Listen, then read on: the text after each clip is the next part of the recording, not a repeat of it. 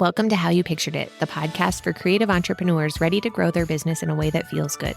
Here you'll find actionable tips and tools to create the business and life you pictured. I'm your host, Kate Hyde with Dear Kate Brand Strategy. Let's get started. On today's episode, we're going to talk about a type of content and marketing that might seem outdated, but really is still one of the best ways to grow your photography business, and that is blogging. Blogging is a way of creating content that lives on your own website, and it can be anything from blogging photos from a session to giving potential clients information about your services and what you offer to teaching them about the importance of photographs. As photographers, we're not always the best writers, but blogging is still a very valuable way to get in front of your potential clients and to build a relationship with them before they even book a session. Let's talk about a few ways that blogging is a valuable tool for your photography business. First, your blog is a home for your content that is all your own. All of our social media platforms are owned by other people, and then when we put our content on those platforms, they can disappear at any time. The algorithm can change, the rules for posting can change, the social media platform can just disappear altogether.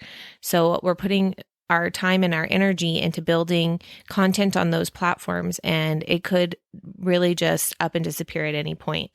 Whereas your blog is information that you own your website, and that content stays forever. You just have to make sure you back it up, but it is yours and it can't go away.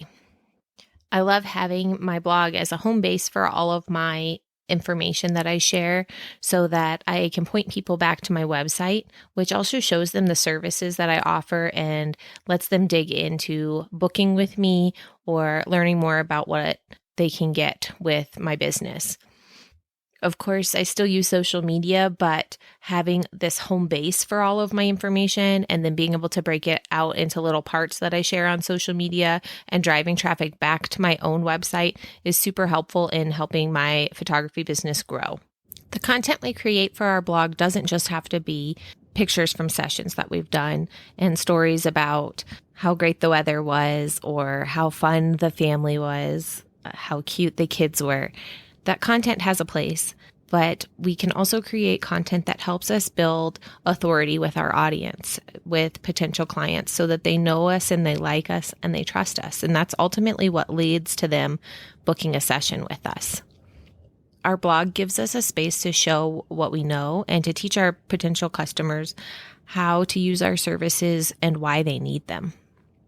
It also gives us a platform to show that we're a member of our community and can show how we use other services in our community and recommend them. Some of the easiest blog posts that I write are things like what to wear for your session or how to display your photos. I also share blog posts that make me relatable to my community. I'm a mom and I shoot family photos. So I have a lot in common with my clients, and showing them the fun things that we do around our community or services that we've used, and even just little bits of my personality can help potential clients relate with me. You're probably thinking, yeah, I can also do that on my social media channels. And you're right, but the content that you create on your blog is much more long-lasting content. A social media post will be viewed and discarded within probably that first week of sharing, whereas your blog content is evergreen and can be shared over and over again. Social media is still part of the picture though, and another tool that we use, but creating a blog is a great place to have a home base for all of that content and makes it so that you can repurpose and reshare little bits here and there throughout the year, and in the long run, that saves you time. And here's where we come to the biggest part of blogging for me, and that's SEO, which stands for search engine optimization. It's a big fancy word for making your website more readable by Google so that your listing comes up in search results. Google is searching for words on your website most of all. When you don't have a blog on your website, you're really missing out on a lot of potential real estate for more words that Google can search. Blog posts are great for answering questions that the people searching for your services are asking. You can write blog posts about things like, why should you hire a newborn photographer? or what to look for in a newborn photographer, or when should you hire a newborn photographer. These are all things that people are Googling. If you have those questions answered on your website, it's going to make it so that Google shows your results above sites that don't have that information. The other way that blogging helps your SEO is by driving traffic to your website. People are looking at your website for things that are not necessarily booking a session, but by having more people come to your website to read articles about activities in your community or how to display photos, you're showing Google that you're a resource. Using keywords like your location and photography, pictures, family, help Google see what your website is about. Then when you drive traffic to that website from those keywords, Google will continue to rank you in those same keywords. When I started my business back in 2011, I definitely blogged a lot. I had the time and I had some knowledge to share. My most popular posts were what to wear posts. People were always asking what they should wear for their photo session, and I found it easiest to explain that information through a blog post where I could share pictures. I did a weekly what to wear blog post for several weeks, and that really helped build up traffic to my website and give people an idea of who I was. It also gave me something to share when I wasn't really taking that many pictures yet. That content gave me some visibility in my community. I would share those posts in local mom groups, my Facebook page, and my Facebook business page, and people would click to the website. Reading those posts let them know that I was a professional photographer and I was available in their area, and put me at top of mind when they were ready to book. Nearly 11 years later now, I still get traffic from those old blog posts, and that helps people find me still. Even though the content is old and outdated, I can go in and update those posts to lead people to new information. By doing that, Google still sees the information as relevant, and the people coming to the website do as well. Blogging has definitely been one of the best ways to market my business throughout the years. The time that I've invested in writing blog posts has always come back to me, and it's work that lasts. All right, now that we're all on board with the value of blogging, let's talk about a few different types of blog posts that you can create. Whenever you're creating any kind of content, you want to think about where your customer is on their journey towards a session with you. Some of your clients are going to be people who are not even aware they need photos yet. Some are aware that they need photos, but they don't know about your services. Some have already booked with you and are looking for more information to prepare for their session. And then we also have clients who have booked with you, had their session, and are coming back to your website looking for content as well, and probably considering booking again. These stages of that customer journey are all places that we want to think about and target in our writing and in our content creation. So for example, a person that's in that unaware phase, they don't really know that they need photos yet. They haven't thought about that. We're going to try to target content around things that they are searching for. For a potential customer for newborn photos that's unaware of their need for newborn photos yet, I would suggest things like interviewing local doulas for blog posts. You could write a hospital packing list.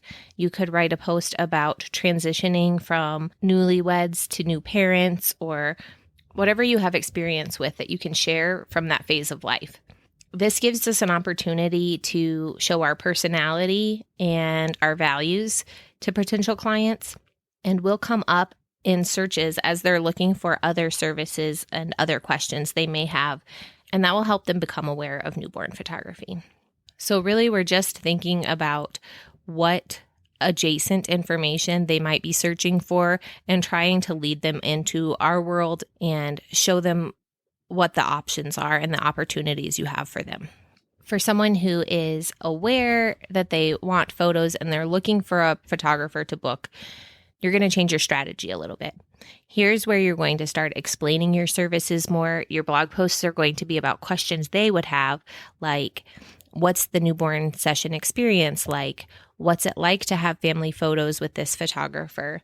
What questions should I ask when looking for a photographer? Those are all blog posts you can use. This is also where you'll put your what to wear for photos content.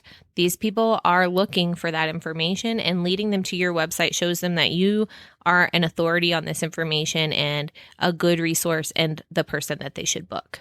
These what to wear posts also lead into the next category, which is someone who is booked with you, but is still exploring your site and looking for more content from you. This is how you really build a deep relationship with someone and get them coming back to you year after year. Ideas for content in this area are what to wear posts, how to display your photos, gift ideas for professional photos, and post about the kinds of prints and products that you offer. Another idea here is how to prepare for your session. The posts in this category and the previous category can kind of all blend together. This is really where the meat of your information is going to be on your website and where I would focus the most time on your content. It's a lot easier to draw someone in that is already aware that they want photos and are looking for a photographer. And then finally is the client who is already booked with you, had their session, and are looking for maybe another session. Here's where I would start talking more about things like why you should do photos every year, or you could write a post about how often should you have photos of your baby taken. You could do a post about creating a tradition of photos and photography. Things like that really fall well into this realm. I'd also suggest building in some community posts in any of these categories where you're sharing things around your community. I've done lists like summer bucket lists for our family of activities that we like to do in the summer. Those are always great resources for the moms in your area and helps people share your website. And again, bringing in that traffic is always helpful no matter what reason the people are coming to your site. If you're a good resource, it will help you rank higher in Google for that search engine optimization. One more quick tip I want to share before we wrap up today is that Pinterest is also a search engine. All of these types of posts that we've talked about here are perfect for pinning to Pinterest. People go to Pinterest to look for ideas about photography all of the time, and they look for things in their local area as well. Pinterest is another great way you can drive traffic to your website without a whole lot of extra work on your part. If you're interested in starting a blog for your own photography business or already have one and need help amping it up, you can grab my free blogging checklist at dearkatebrandstrategy.com/blogging-for-photographers, or you can find that link in the show notes on whatever app you're listening in. The checklist gives you all the information you need to optimize your blog posts and help bring in more traffic to your website. And in the end, that helps you book more clients. If you found value in this episode, I would really appreciate you sharing on social media, rating the podcast in Spotify and Apple Podcasts, and leaving a review. If you have questions or ideas for another episode, I'd love to hear from you. You can DM me on Instagram or TikTok at Dear Kate Brand Strategy. Talk to you soon.